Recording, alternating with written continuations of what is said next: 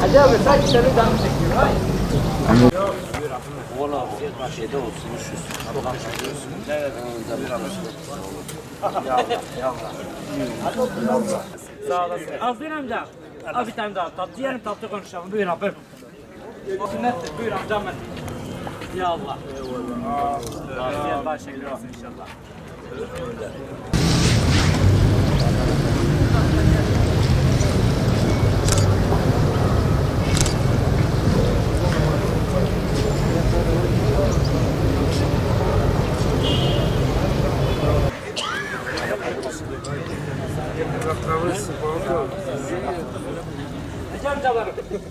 Türkiye depremzedelerimize Allah'tan rahmet diliyoruz. Yaralarımıza acil şifalar diliyoruz. Batman'dan Adıyaman'a gönüllü olarak, umut kervanı olarak, gönüllü olarak çalışmaya geldik buraya. Bizler az önce amcalarımızadır, dayılarımızadır, teyzelerimizedir ve prenses kız kardeşlerimizedir tatlı dağıttık. 7/24 zaten öncesinden de söylemiştik. 7/24 sıcak çorbalarımız mevcuttur burada. Sıcak yemeklerdir, gıdadır, battaniyelerdir, bezlerdir. Yani vesaire umut kervanı olarak çok şükür Allah rızası için geldik biz buraya gönüllü olarak.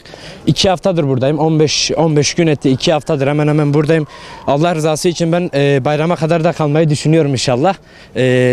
Söylediklerim bu kadardır. Batman'dan gönüllü olarak geldik Umut Kervanı'yla beraber. Adıyaman'dayız. Bir haftadır Adıyaman'da çalışıyoruz gönüllü olarak.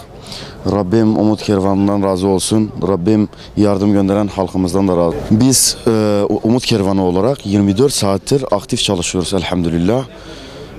Arada bir çikolata olsun, ondan sonra abur cubur olsun, sokakta çocuklara götürüp ikram ediyoruz.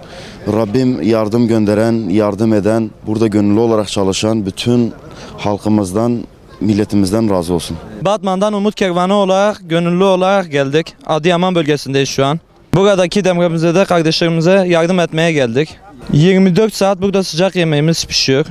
Bu anlamda bizim de bir farkındalığımız olsun diye tatlı pişirdik bugün. Bugün parkta oturan kardeşlerimize takdim ettik, ikram ettik.